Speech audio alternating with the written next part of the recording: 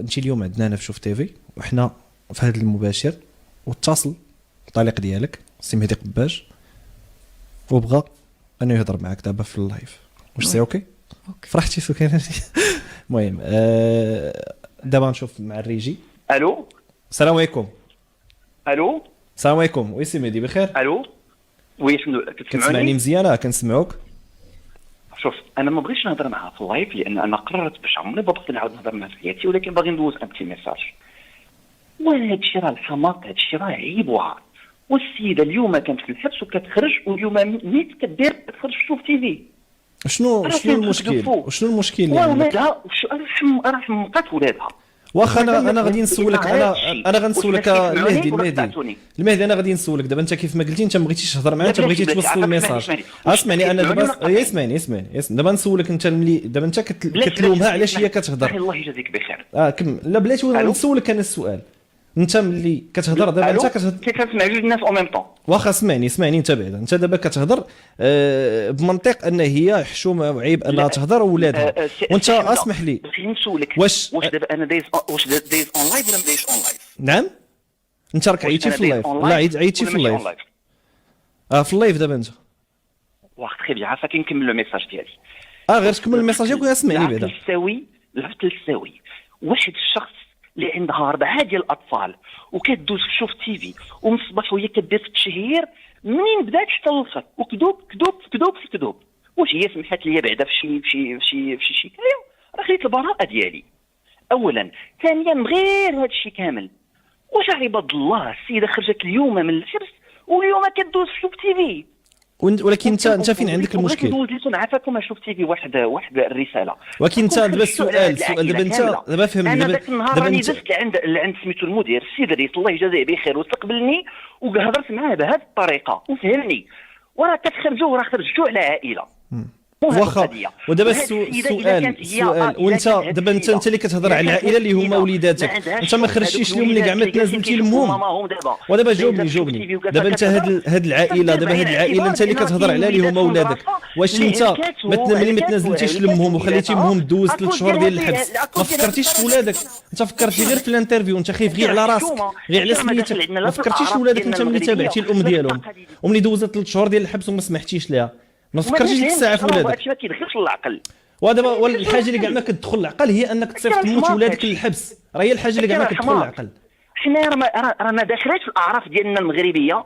شي جوج ديال الناس طالقوا، لان هذا هو الحقيقه. جوج الناس طالقوا، واحد السيده كتهلل وكدوز في شو وما داخلاش عندنا في الاعراف ديالنا المغربيه ان الراجل كيصيفط تموت ولادو للحبس. هي ما عندناش في الاعراف المغربيه. كيبكيو بربعه جو دي بيان بربعه بهم باسكو ماماهم ماشي حيت ماماهم في الحبس، بالعكس حيت ماماهم جالسه كتهضر في التلفازه.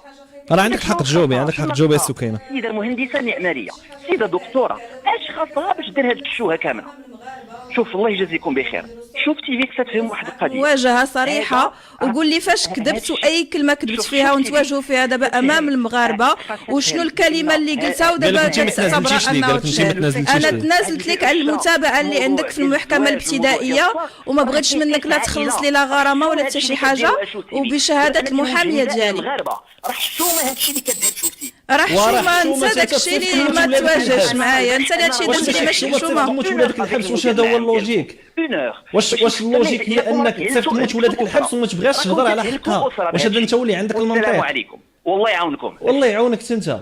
دابا والغريب هو انه انسان اناني في طبعه، خايف على مصلحته هو وخايف على راسه هو، كيهضر بمنطق اللي حاط قدامه الدراري عائله اوكي على الراس والعين، العائله ولا الوليدات على الراس والعين. مي انت الا كنتي كتشوفني دابا وكتسمعني واخا ما بغيتيش تجاوبني لان اصلا ما عندكش الجرأه باش تجاوبني، ما فكرتيش في الزوجه ديالك اللي وفي الطليقه ديالك اللي هي موت ولادك صيفطتيها للحبس ودمرتي لها حياتها ودمرتي لولادك حياه امهم، صيفطتها للحبس وما تنازلتيش ليها. فكرتي لا هي كتخرج تهضر في شوف تيفي، هي اللي خرجت كتهضر في شوف تيفي قبل من شوف تيفي خرجت وهضرت في الانستغرام ديالها وكتهضر اون بليس على حقها. وانت دابا انت راه ما قلتي حتى كلمه العيب. اش من براءه اخذها بعدا؟ قال لك واخذه البراءه. ما خداش براءه، راه خدا شهرين ديال السورسي ديال التشهير والابتزاز. انا قلت لهم كنتنازلوا عليه وكنتنازلوا على الضرب والجرح. بالعكس، لانني القاضي ما عطانيش فرصه انني نهضر ونعبر على راسي كيفاش وقعت ديك الواقعه ديال الضرب والجرح. انا تبعته للطوموبيل وقال لي داك الكلام اللي ما بغيتش كاع نعاودو، حدا شفت انتيا كتخلصي بالباس وانتي كذا وكذا. وقلت ليه واش انا اللي موت ولادك؟ دابا السؤال، دابا انت استاذ ملي انت كتقول موت ولادك هاد الهضره هادي، وملي انت وصلتيها للمحكمه وانت وصلتيها لعكاشه وما قدرتيش انك تنازل ليها ودرتي تنازل فيه شروط تعجيزيه ومشيتي كذبتي في الكونت ديالك في الفيسبوك كتقول لهم انا غتنازل لها، علاش؟ لان همك الوحيد هو تلميع الصوره ديالك اعلاميا. واتصلتي بيا عده مرات وهضرتي معايا وقلتي لي بالحرف انك انت عندك ملف طبي ديالها ان السيده حمقى وما عندهاش العقل، وهذا الشيء ماشي مشكل، هذا الشيء بوحدو، وهذا الشيء يعني فينا هو جيبوا هذا الملف خليني نكمل. وفي الاخر غادي تتصل وغتقول لها حشومه هي تخرج تهضر في شوف تيفي. ماشي حشومه ان موت ولادك دوزت 3 شهور ديال الحبس، ماشي حشومه انك انت بغيتي ديرها الحضانه ديال الدراري، ماشي حشومه طامع في دار عندها في تطوان باغي تاخذها ليها، هادشي كله ماشي حشومه. المشكل اللي عندك هي دازت وهضرت، خليني نكمل، دازت وهضرت في انترفيو، يعني هذا هو المهم عندك. وشنو كدير؟ كتدافع بسميت ولادك. ما فكرتيش في ولادك راك صيفطتي امهم للحبس، ما فكرتيش هما كيفاش غيمشيو للمدرسه وكلهم ولاد سكينه بن جلون والناس الدراري اللي كيقراو معاهم الاساتذه عارفين امهم في الحبس شكون صيفطه بواهم، ماشي مشى دار شي جريمه مع شي واحد وقلبوا على التنازل وطلبوا الناس. هضرتي في الاعراف وهضرتي ديال الاسر، راه حنا ما عندناش في المغرب راجل كيصيفط مرتو للحبس. راه بعض المرات كتلقى مشكل ديال الخيانه وكتلقى الراجل سمح لمرتو، علاش؟ على وجه الدراري، هو ما يبقاش يعرفها، يطلقها ويدي لها الدراري، ولكن كيسمح لها. انت صيفطتيها دوزت الحبس، علاش؟ على التشهير، على موضوع خاوي، وكتجي دابا وكتهضر على الاعراف ديال الاسر المغربيه. منين هاد الاعراف ديال الاسر المغربيه؟ منين انت اقتبستيها؟ من انا ما دوش في انترفيو، داز دافع على راسها. اما الاعراف اللي كتكلم على الاسر المغربيه في الانترفيو باش هو يعرف الحقيقه، الحبس وغتمشي 3 شهور وما غاديش تنازل لها. للاسف سولتك ما قدرتيش تجاوبني لان عارف، لان تكلمتي معايا وكنعرفك ما عندكش هذاك الجرأه باش غادي تجاوبني امام الناس. كتسول اصلا واش لايف، وانت دابا صيفطتي ميساج في الواتساب قلتي انا باغي نهضر في ليميسيون، وكتسول دابا في لايف بحال انت زعما ما في راسك ما يتعاود. هادشي ماشي مشكل، هادشي شخصيه ديالك، حنا ما يمكنش ندخلوا لك فيها. انما باش تهضر وما يعجبكش الحال، انا دازت في انترفيو خص ما يعجبكش الحال ملي شفتي موت ولادك زوزت 3 شهور ديال الحبس وخرجت في هذه الحاله اليوم، لانك واخا تكون حاقد عليها ولا كتكرهها ما تبقيش تشوف بحال هكا على وجه هذوك الوليدات. ما الوليدات كيبكيو حيت شافوها في شوف تيفي، ما بكاوش ملي عرفوا راه في عكاشه، ما كتجيش القفه لي انا من شهر 2 ما جا زهره حتى واحد. كملي شنو عاجبك؟ اقسم بالله لا العظيم، وكما لقيتش المحاميه ديالي اللي هزاتني وداتني نفطر وعتقات صائم، وما لقات عندي حتى تفاحه في 3 قرعه الماء ما كايناش في الثلاجه، والطوموبيل تي ما يمكنليش نحركها. اللي كيهضر بهذه الحرقه هذه وعلى وليداته هذه ما غاديش يمشي يدير واحد التنازل وغيشد الانسان من ودنيه. علاش؟ حيت هو في الحبس غيشدو من ودنيه، يعني يتنازل يدوز الحبس وغادي ليه الشونطاج باش انك تحيد لي انا الهضر عليك يخلص الفلوس، انا ولا دارو انا تحيد ونديرو حنا الهضر عليه يخلص الفلوس. هادشي ماشي مشكل من حقه، ما باغيش تشهري به، ولكن ملي انسان توصل به الدرجه انه يحيد لك الحضانه ديال الدراري وانا خاصك تصيفطي ليه ميل، هادشي راه باقي ما قلتيش، ديال 48 ساعه ميل في 48 ساعه هو ديك الساعه على حساب كانتو يقبل ولا لا، واش انت خاصك تسني عليه وتسلب لك الحريه ديالك. انا صراحه هادشي الانسان ما كيهضرش فيه. انا صدمتيني على المباشر اليوم صدمه كبيره سي حمزه ملي قلتي لي انه قال لكم راه عنده شي ملف طبي عليا. انا كنطلب منه انه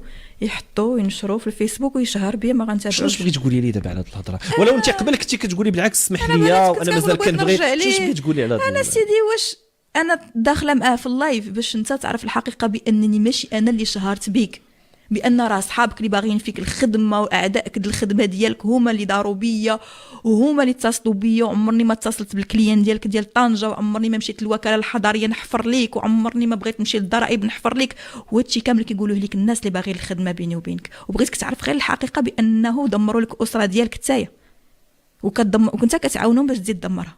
وانا بغيت نبني الاسره وانت كتدمر. انا كنبغي نبني، كنجي لهنا باش كنبغي نبني، وكنقعد كنقول لهم احسن اب في العالم وما ندمتش على شولت مع 4 اولاد، وجيتي كتقول في اللايف انا اش دايزه في شوف تيفي. انا الناس اللي جابوني وكل شيء باغي يهضر معايا، والمغرب كامل باغي يعرفني شنو وقع ليا والمشكل اللي وقع ليا في الصباح، وخرجت عكاشه كاليتيمه ما عندي حد، وكنقول لهم بغيت غير راجلي وولادي، وها العرش شكون اللي ما تطمنوش معايا، اللي بغى يضمن معايا رد ليا غير داري ولادي، وما بغيت والو. وشتي ديك الدار البحر نكتبها لولادي في سميتهم، والفيلا نكتبها لولادي في سميت، وكل ما بغيت والو، بغيت غير ولادي. واش تدمير الاسره كاين في انترفيو؟ ما كاينش انترفيو، ما جيتش باش ندمر الاسره ديالي. انا علاش بغيت نفهم علاش واش انت غتدمري اسره حيت انت بنتي في انترفيو الولاد عندي ديما كيتستعملوا كوسيله ضغط ضدي. علاش انا ولادي غيشوفوني في انترفيو غادي يتدمروا؟ ما تدمروش ملي غيسمعوا امهم في الحبس، ملي غيبقاو يقولوا لهم يطلعوا ينزلوا بها انتم غير ولاد الحباسه. نهار يجيو يتناسبوا معاهم الناس فاش يكبروا يقول لهم هذيك امهم ضاربه الحبس. ما فكرتيش فيها طليقي العزيز؟ ما فكرتيش لولادك مستقبلا؟ واخا نكون انا راه حصلتني مع شي راجل حاجه السامعين، هذا هو الجهد. راه الناس دخلوا معايا العكاشه بخيانه زوجيه وكيتنازلوا ليهم على وجه الولاد فاش كتكون العشره والولاد. انا ما حصلتيش عليا شي جريمه ولا قتلتك. ودار لي بعدا شكايه ديال التهديد بالقتل، هذه ما قلناهاش، وحصريه والمحاميه ديالي في خبار. السؤال هو باش يزيد يغرقني. هو قال لك 3 شهور قليله عليا. انت ما تنازلتيش ليه في المرحله انا تنازلت ليه وسول المحاميه ديالي باقا كاينه وباقي كاين المحضر. تنازلت ليه بالعكس، هو راه خرجت له انه يخلص لي 4 المليون تنازلت له عليها. يعني انا دابا خاصني نخلص ليه ديك 10 المليون ديال الشهر، اما هو ما يخلص ليا والو. شتي؟ وانا قلت ليه نعطيك كل شيء غير الله يسامح. ما بغاش يسامح. علاش ولادي دابا هاد الانترفيو ما غيعجبهمش؟ وانا كنت مخشعه مع ولادي غنقول لهم وليداتي سمحوا لي، علاش انا ما جيتش خديت الحضانه اوفيسيال عند باكو مفوض قضائي نهار اللي طلقت؟ لان وليداتي ما كانوش عندي ركابي ورجلين، كنت مخلوعه وكنت في وضعيه فرار. بعدا راه درت عدم الامتثال انا للبوليس، درت غلط كبير في حياتي فادح. شتي انا كون مشيت للبوليس نهار اللي دقوا عليا ما كونش كان ناخذ سرسي، ما كنتش ناخذ حبس نافذ. راه انا اللي درت المشكل راسي، لانني ما بقيتش قادره نمشي عند البوليس، بديت نترعده وكنخاف وما قادراش نواجه الحياه، وما قدرتش نواجه الحياه بلا بيه. جاتني الحياه صعيبه وباقي كنقولها ليه، ماشي باش طلع دابا عندي في اللايف وتقول لي انا باغا ندمر ولادي. ما باغيش ندمر ولادي، باغيه نتصالح معك امام المغاربه وباغيه نفرقوا هاد الرمانه، باغيه نعرفك علاش حاقد عليا حتى لهاد الدرجه. علاش هاد الاولاد غيقولوا منا غدوز شوف تيفي ماني دايزه في قناه ديال إباحية؟ راه قناة الشعب هذه وما كنشهرش. الا كان هذا الشهر، انا نقول لك شنو الا كان هذا الشهر بغى يدير لي العوده السريعه مرحبا ولفنا عكاشه. المشكل في انك دوزي في انترفيو. نقول لك شنو هو المشكل هو دوك الناس اللي يعيطوا لك يتضامنوا معك. فملي كيكون عندك واحد النزاع مع واحد الشخص وهو كيكون مثلا جوج ناس بيناتهم نزاع وداك الانسان حاقد عليه، شنو كيبغي؟ كيدير لك عزله الشمايه، خاصو يخسر لونتوراج اللي داير به، خاصو يشوف كاع الناس كتكرهو. فملي غيعيطوا لك هاد الناس كاع كاملين رجال وعيالات وغاديين يعني يضامنوا معاك وغيقولوا لك على سلامتك وهذه، فرا نورمال داك الانسان اللي هو عنده واحد الحقد الداخل. اقسم بالله العلي العظيم لحد الان مازال ما عرفتش كيفاش دا الناس وين اسال فراش طومبور وريش النعام، وانا صافتني الناس الدص في البيت ديال بواجده في عكاشه. كيفاش خلاني في الجيول المليوحه في نصاص هاد الليل، كيفاش عطاه خاطر وحنا في التقديم وعطاتنا مهله للصلح وخرج باش ندوي مع الدفاع ديالو كنتلاقى مع جدار. مازال ما تقبلتهاش، ومازال انا كنقول هذاك الراجل ما فيه الشر، شي واحد ما عمره، مازال ما بغيت نوي فيه السوء، ومازال ولادي عمرني ما غنخسر لهم الصوره ديال الاب ديالهم ولا ندير نبقى نقول لهم باكم دخلني للحبس وباكم داروا باكم فعلوا باكم ما يسواش. هادشي ما نديروش، مع العلم ان العائلات بزاف كنعرفهم كيطلقوا كيديروها من الام ديالي وجبت، ولكن انا والله ما نديرها معاه.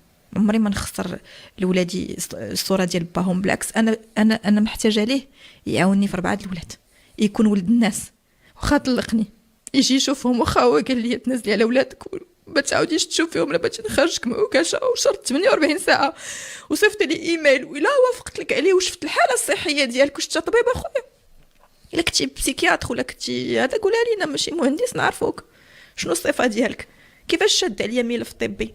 راه احمق هو النرجسي، هو اللي ما كيبغيش يعترف بلي صيغ ديالو هذاك هو، والاحمق هو الذي لا يفرق بين الخطا والصواب. وتمنيت لو كنت حمقى في ديك الوقيته اللي لحني فيها في عكاشه، وشحال كنقول يا ربي كون كانت عندي شي شهاده طبيه ونيت حمقى في الفعل ويديروا عليك خبره طبيه ولقاوني حمقى ما غتسقط المتابعه، غيصيفطوك 36 ما غيصيفطوكش العكاشه، و36 ارحم ليا وناكل الدواء ونتكالما مع راساتي. ولكن الحمد لله لقاوني بكامل القوى العقليه وصيفطوني كعاقله مشات العكاشه تربى وتربيت ورباني وعاقبتيني. ودابا شنو بغيتي؟ علاش ولادي غيحقدوا عليا ملي غيسمعوني؟ واش ولادي دابا باقيين فايقين 3 ساعات؟ علاش كتستعمل الاولاد حتى هادي في الساعه دابا حنا في جوج قلتولوش 2 الصباح اذا ولادي ما كاينينش كيبكيو في الدار، قال لك ولادي كيبكيو في الدار شافوني في شوف تي في، ما يمكنش. ولادي صغار وغدا قارين. كيفاش ولدي انا طلع في اللايف مع 2 الصباح في تيك توك خلاه، الوغ كو تيك توك ما كيطلعوا في اللايف حتى لي موان دو 16 مع مازال ما عندوش 16 عام، وطلع وتيقول ماما محمقه وماما تدرشوها، وباقي عندي وبغيت يدار خبره صوتيه لانه نكر امام القضيه. قال لهم لا هذاك ماشي ولدي، ديروا خبره صوتيه، هذاك ولدي. وعرفتو وقلتها لهذاك السيد ترواكار في تيك توك، قلت له هذاك ولدي. يعني هادو حقائق كلها، يعني علاش غنبقاو ندخلوا الاولاد في الموضوع؟ الاولاد اجي تحاوروا. بغيتك انا دابا اقسم بالله خرجت مع كاشا وجات عندي المحاميه ديالي وشنو كنطلب منها، الله يخليك عافاك واش نمشي ندق عليه في الفيلا ديالو، بغيت نشوف ولادي. هذا هو الشيء اللي بغيت ندير اليوم. ساعه ما لقيتش نسخه تنفيذيه ديال الحكم ديال الطلاق ديالي، ما لقيتهاش عندي، يا باش قلت لك لقيت لي دوكيومون مشاو ليا من الطوموبيل، تهزات لي الطوموبيل مرارا وتكرارا. هذه حتى هي داخله في الاعراف، داخله في هذاك الشيء اكزاكت. بغيت نشوف غير ولادي بلا مفوض قضائي بلا حتى شي حاجه. سيدي غنعنق وليداتي ونشوفهم ونقول لهم توحشكم، دمرتيني على جميع المستويات مهنيا، الله يعاون المهنه.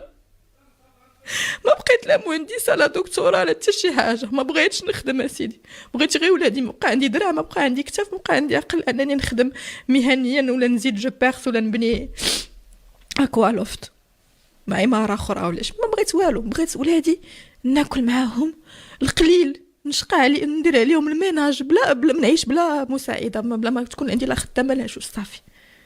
انا نطيب ليهم، نصوب ليهم طبيله رمضان، اي حاجه ولادي.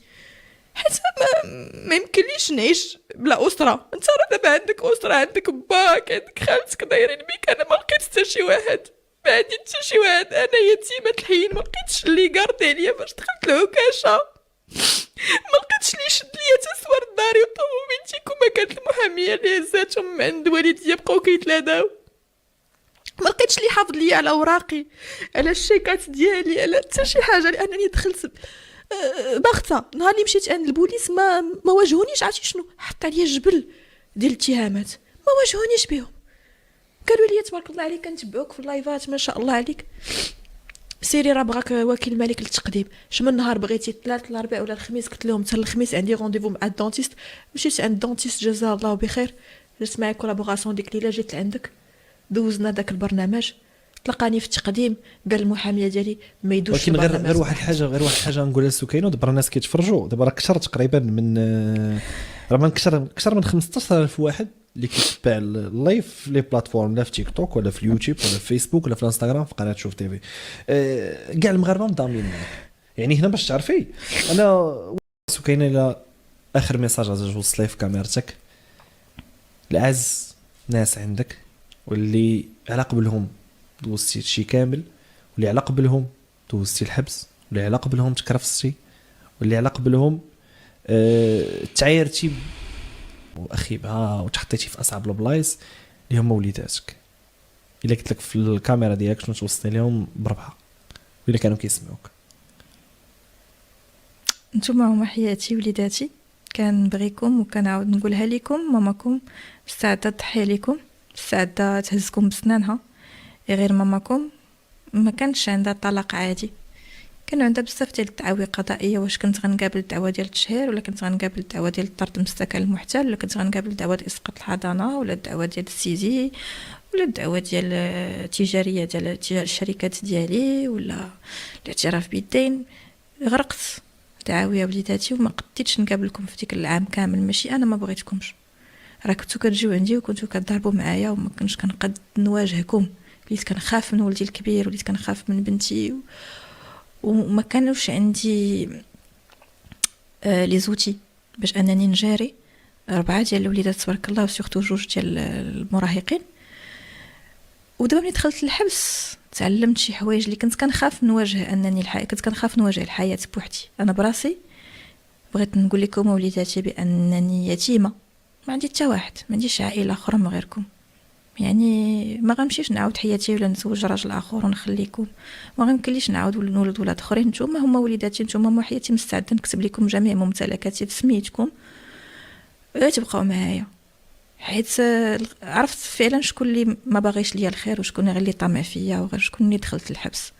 وملي دخلت الحبس تعلمت انني نجيري لوما، حيت كتولي ما كتبقى تبان لك ديك الساعات لا قرايه ولا شكون انت ولا ولد من انت، كتولي عندك خاصك تجيري اي واحد كيف ما كان الميليو سوسيال ديالو، كيف ما كاين اي طبقه اجتماعيه خاصك تعرف تعيش معها واي واحد.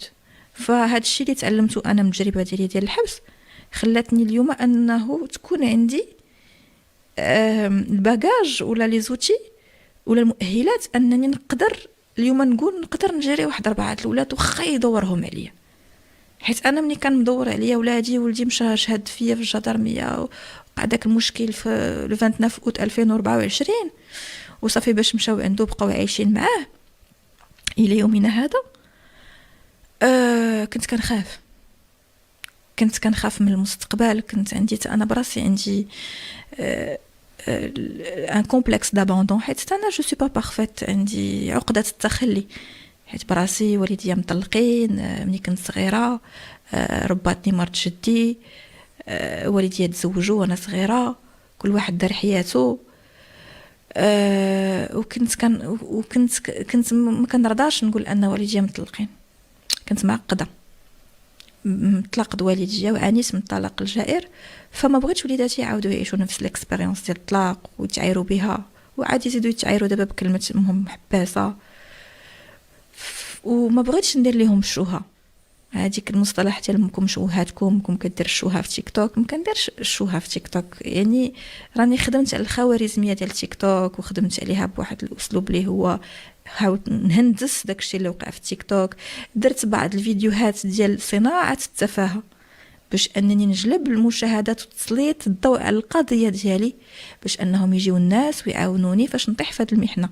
لانني كون ما لقيتش المحاميه ديالي في المحنه اللي وقفت ليها، كون راني يا اما عندي شي حبس فيه 5 سنين، ويا اما راني تشرد زمان في الزنقه نهار اللي دار لي الافراغ نهار ديال الطلاق، وتشهير نهار ديال الطلاق.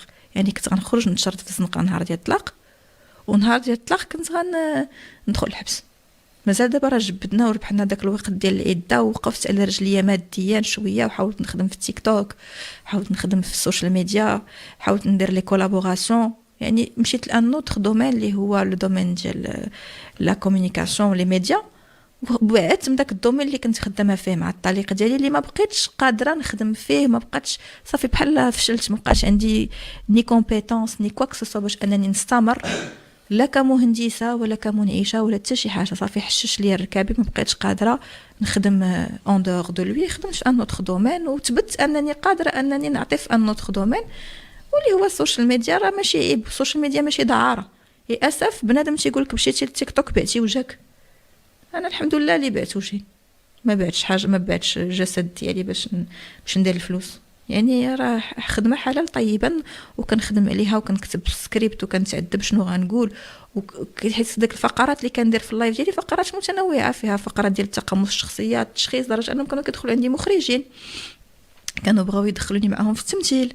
يعني كنت بغيت نخوض هاد التجارب وهذا الشيء هذا، وبغيت يعني نبدا في ان دومين اللي هو جديد واللي غيعطيني واحد لا فليكسيبيليتي ان تيرم دو طون دورير. يعني نقدر نخدم غير من الدار ديالي وتبقى عندي توت لا جورني باش انني نقابل فيها وليداتي.